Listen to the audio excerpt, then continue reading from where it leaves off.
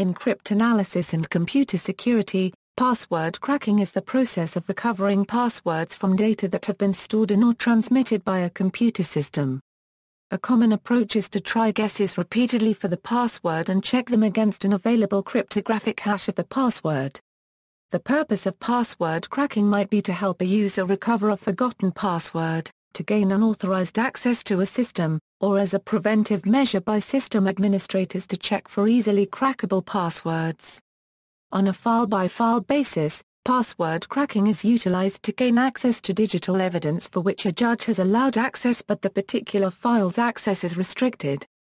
Time needed for password searches. The time to crack a password is related to bit strength, which is a measure of a password's information entropy, and the details of how the password is stored.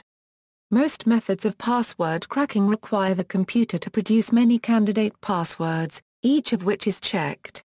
One example is brute force cracking, in which a computer tries every possible key or password until it succeeds. More common methods of password cracking, such as dictionary attacks, pattern checking, word list substitution, etc., attempt to reduce the number of trials required and will usually be attempted before brute force. Higher password bit strength exponentially increases the number of candidate passwords that must be checked, on average, to recover the password and reduces the likelihood that the password will be found in any cracking dictionary. The ability to crack passwords using computer programs is also a function of the number of possible passwords per second which can be checked. If a hash of the target password is available to the attacker, this number can be quite large. If not, the rate depends on whether the authentication software limits how often a password can be tried either by time delays, captures, or forced lockouts after some number of failed attempts. Another situation where quick guessing is possible is when the password is used to form a cryptographic key. In such cases, an attacker can quickly check to see if a guessed password successfully decodes encrypted data. For example, one commercial product claims to test 103,000 WPAPSK passwords per second.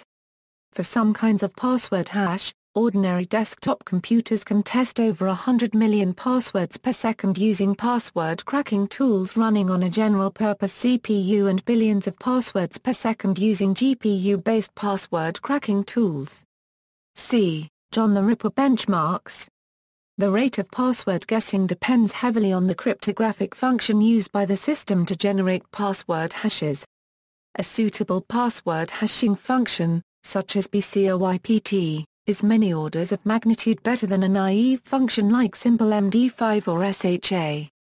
A user-selected 8-character password with numbers, mixed case, and symbols, with commonly selected passwords and other dictionary matches filtered out, reaches an estimated 30-bit strength, according to NIST. 230 is only 1 billion permutations and would be cracked in seconds if the hashing function is naive. When ordinary desktop computers are combined in a cracking effort, as can be done with botnets, the capabilities of password cracking are considerably extended. In 2002, Distributed.net successfully found a 64-bit RC5 key in 4 years, in an effort which included over 300,000 different computers at various times, and which generated an average of over 12 billion keys per second. Graphics processors can speed up password cracking by a factor of 50 to 100 over general-purpose computers. As of 2011, available commercial products claim the ability to test up to 2,800,000,000 passwords a second on a standard desktop computer using a high-end graphics processor. Such a device can crack a 10-letter single-case password in one day.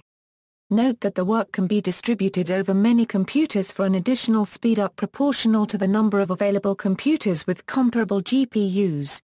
Despite their capabilities, desktop CPUs are slower at cracking passwords than purpose-built password-breaking machines. In 1998, the Electronic Frontier Foundation built a dedicated password cracker using ASICs, as opposed to general-purpose CPUs. Their machine, Deep Crack, broke a DES 56-bit key in 56 hours, testing over 90 billion keys per second.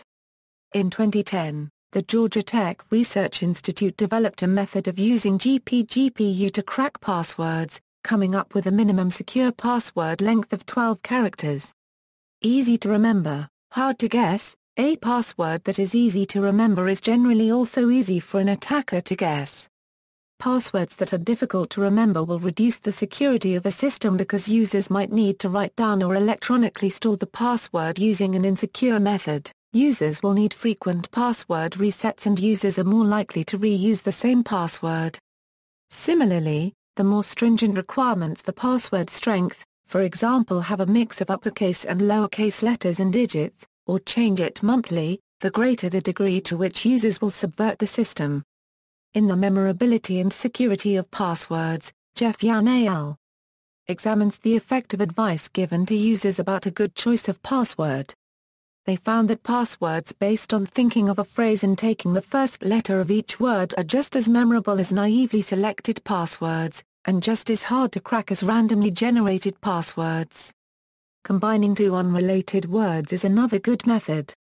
Having a personally designed algorithm for generating obscure passwords is another good method. In the latest improvements, more and more people are noticing change in the way that passwords are secured. However, asking users to remember a password consisting of a mix of uppercase and lowercase characters is similar to asking them to remember a sequence of bits, hard to remember, and only a little bit harder to crack. Asking users to use both letters and digits will often lead to easy-to-guess substitutions such as EA3 and IA1, substitutions which are well known to attackers. Similarly, typing the password one keyboard row higher is a common trick known to attackers.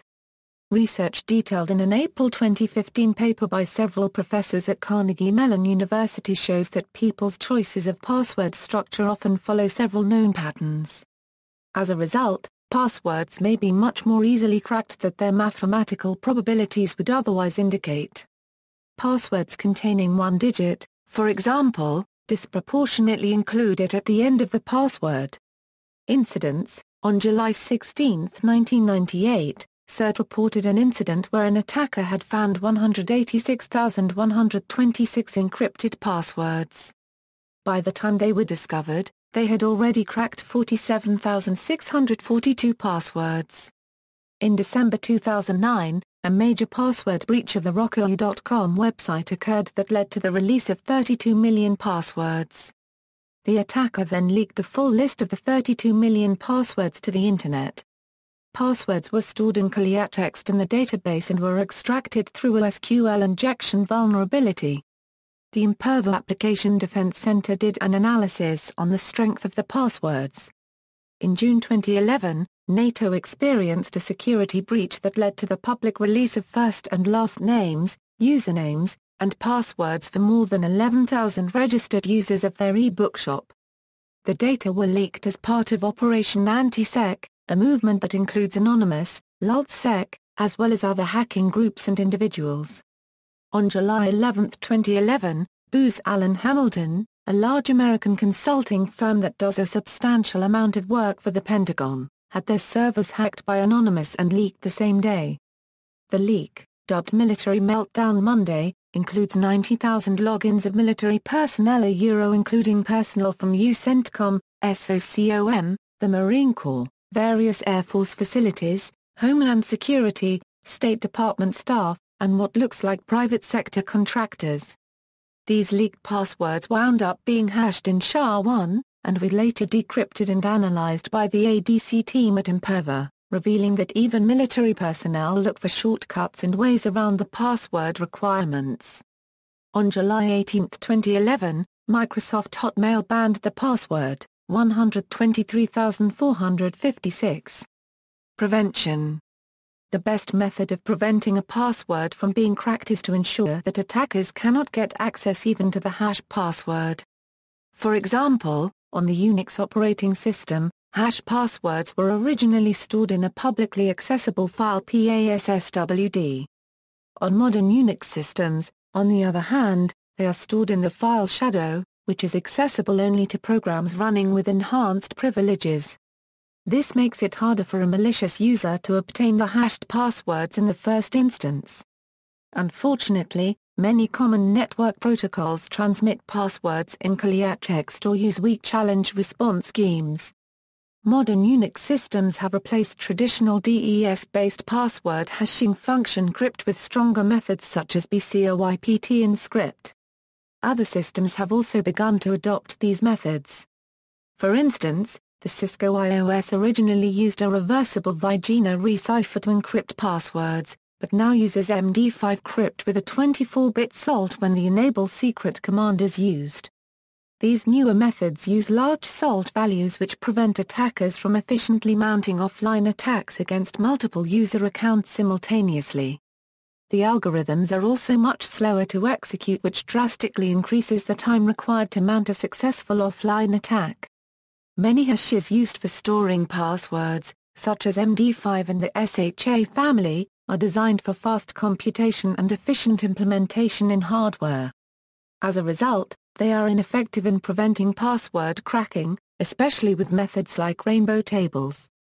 Using key-stretching algorithms, such as PBKDF2, to form password hashes can significantly reduce the rate at which passwords can be tested. Solutions like a security token give a formal proof answer by constantly shifting password. Those solutions abruptly reduce the time frame for brute forcing, and they reduce the value of the stolen passwords because of its short time validity. In 2013, a long-term password hashing competition was announced to choose a new, standard algorithm for password hashing. Software. There are many password cracking software tools, but the most popular are Kane and Abel, John the Ripper, Hashcat, Hydra, Dave Grohl and Elcomsoft. Many litigation support software packages also include password cracking functionality. Most of these packages employ a mixture of cracking strategies, algorithm with brute force and dictionary attacks proving to be the most productive. The increased availability of computing power and newbie-friendly automated password cracking software for a number of protection schemes has allowed the activity to be taken up by script kiddies. References. External links. Philippe Erkeslin, Making a Faster Cryptanalytic Time Memory Trade-off. Crypto 2003, pp 617 €630, roundup of leaks made by the Anonymous and Lulzsec in 2011, International Passwords Conference.